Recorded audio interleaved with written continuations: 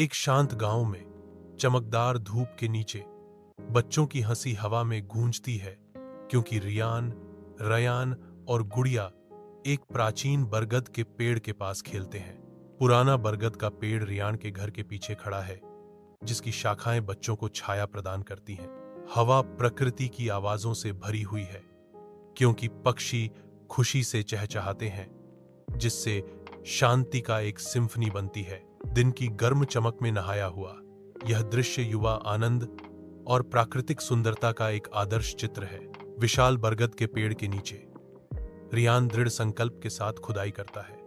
उसका छोटा फावड़ा किसी ठोस चीज से टकराता है। वह छुपाने वाली गंदगी को झाड़ता है, जिससे नीचे सोने की चमक दिखाई देती है। बढ़ती प्रत्याशा के साथ रियान वस्तु को पकड़ता है और उसे बाहर खींचता है, जिससे एक सुनहरा दीपक प्रकट होता है। सुनहरी दीपक चमकता है, जो खोज के जादुई पल में धूप को दर्शाता है। गुड़िया बरगद के पेड़ के सामने खड़ी है। उसकी आंखें आश्चर्य से खुली हुई हैं। यह बिल्कुल अलादीन के चिराग की तरह है।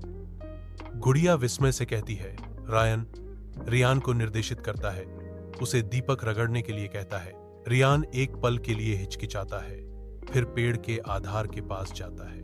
वह जादुई परिणाम की उम्मीद करते हुए पेड़ की छाल को रगड़ता है।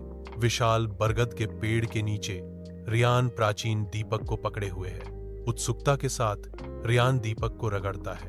दीपक से धुएं का एक घूमता बादल फूटता है। धुएं से एक विशाल मिलनसार जिन्न प्रकट होता है, जो अनायास तैरता है। रियान विशालकाय जिन्न को विस्मय से देखता है। प्राचीन बरगद के पेड़ के घने चंदवा से धूप की किरणें गुजरती हैं, जिससे दृश्य एक गर्म अलौकिक चमक में नहा जाता है। बरगद के पेड़ की गहराई से एक आवाज गूंजती है, जो चंचल ऊर्जा से भरी है। हेलो, मैं चिराग का जिनी हूं। जिनी अपनी भव्य पुनरुत्थान की घोषणा करती है। तुमने मुझे 300 साल की नींद से जगाया है। एक धूमधाम के साथ वह पुरस्कार प्रकट करती है। तुम्हें मिलते हैं 3 इच्छाएं। विशाल बरगद के पेड़ के नीचे हवा प्रत्याशा से झिलमिलाती है।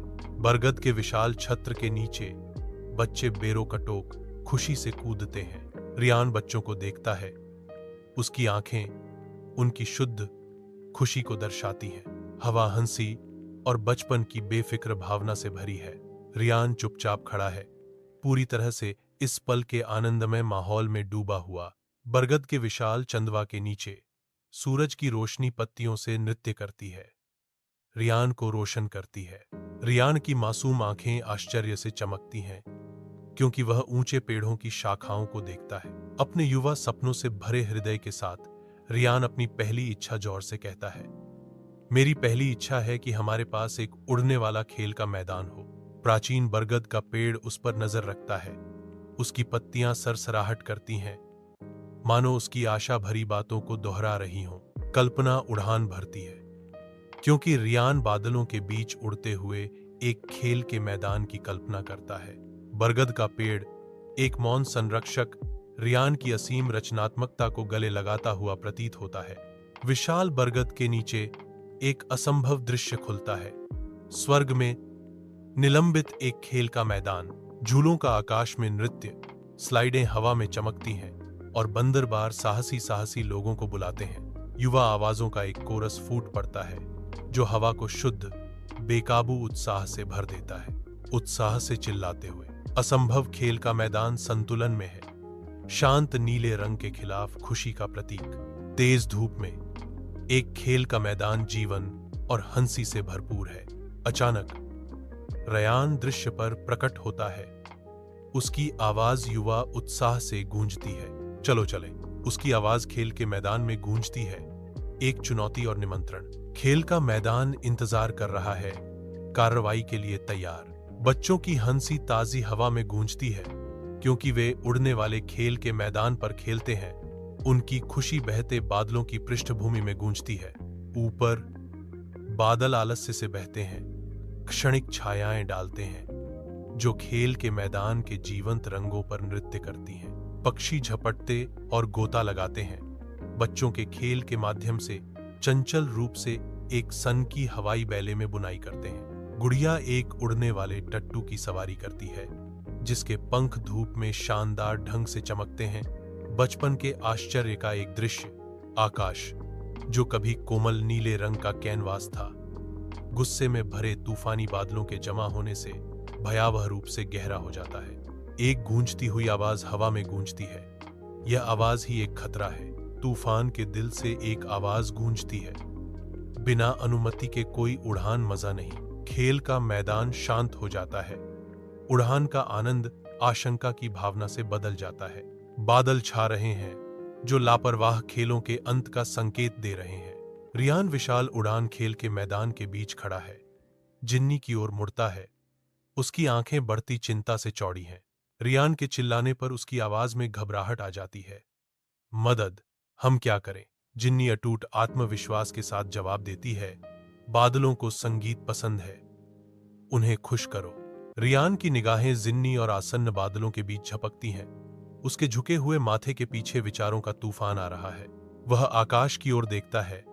उसकी आंखों में एक दृढ़ चमक होती है, क्योंकि वह जिन्नी की सलाह को अमल में लाने की तैयारी करता है। गुड़िया अपनी निजी दुनिया में खोई हुई एक मधुर धुन गुनगुनाती है। रायन जंगल जिम की सलाखों पर एक स्थिर लय बजाता है, युवा ऊर्जा की एक सिम्फनी।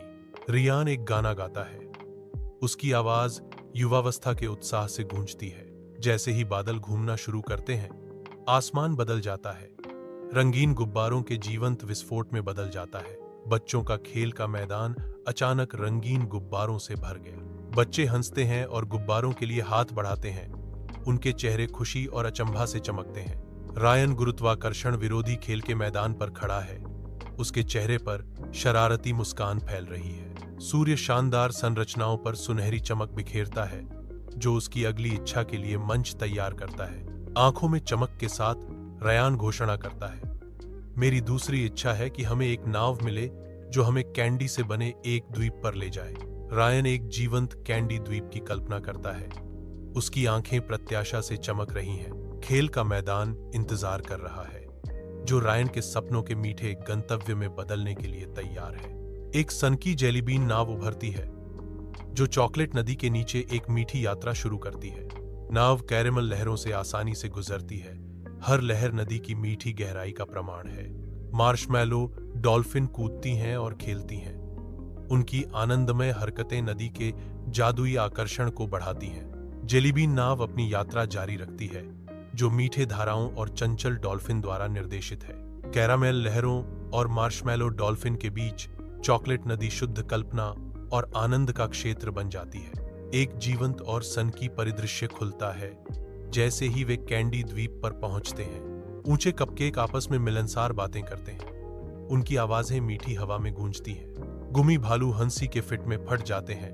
उनके जिलेटिनस रूप खुशी से उछलते हैं। हवा कैरेमलाइज्ड चीनी की मीठी खुशबू से भरी हुई है और जमीन रंगीन कैंडी से पक्की है। कैंडी आइलैंड के जंगल में विशाल लॉलीपॉप पेड़ों के बीच छायाएं घूमती हैं। एक खट्टा नींबू दानव घने पत्ते के माध्यम से गुजरता है, जिसकी खट्टे गंध हवा में प्रवेश करती है। खट्टा नींबू दानव रुक जाता है। उसकी निगाहें तेज हैं।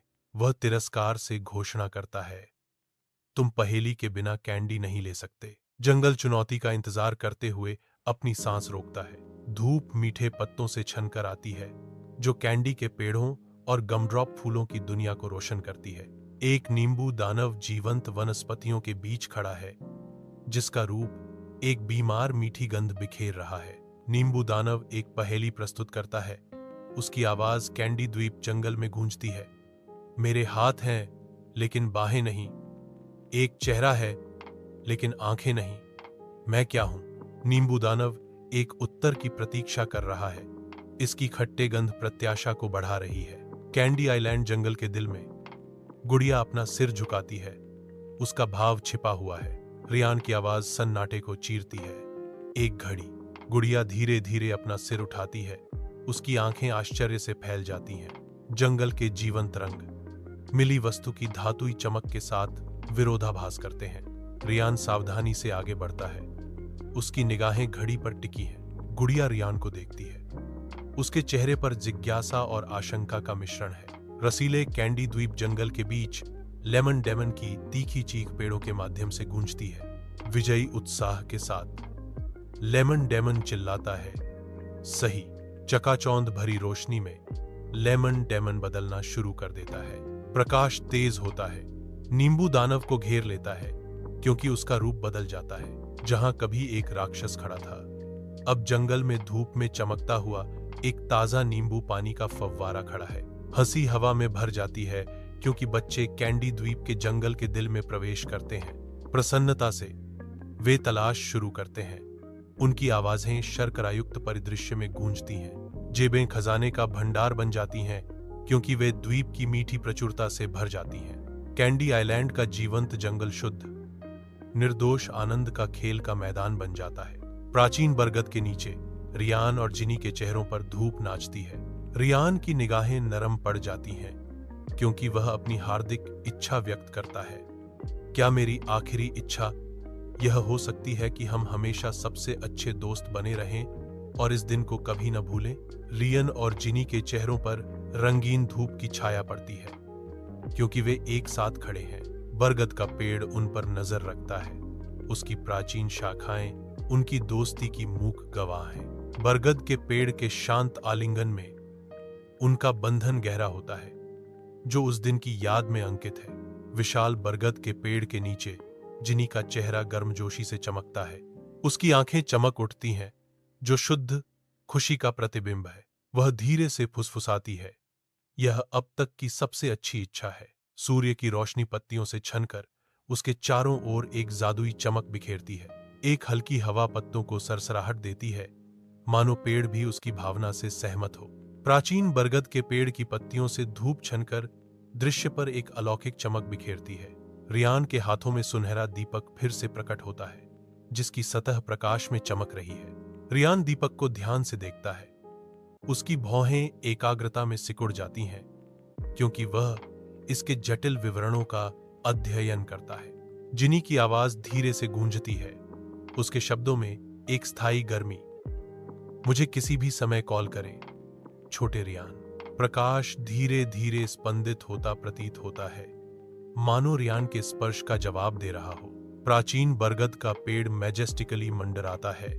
इसकी शाखाएं सुरक्षात्मक भुजाओं की तरह फैली हुई हैं। सन की उड़ान खेल का मैदान धीरे धीरे उतरता है, एक स्वप्निल क्रम में पृथ्वी पर लौटता है। जेली बीन नाव एक साधारण बेंच में बदल जाती है, जादू साधारण में बदल जाता है।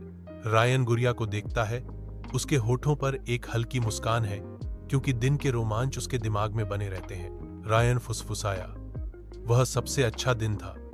उसकी आवाज संतोष से भरी हुई थी। गुड़िया हंसती है, चलो कल और जादू ढूंढते हैं, जैसे ही वे नए कारनामों के लिए तैयारी करते हैं।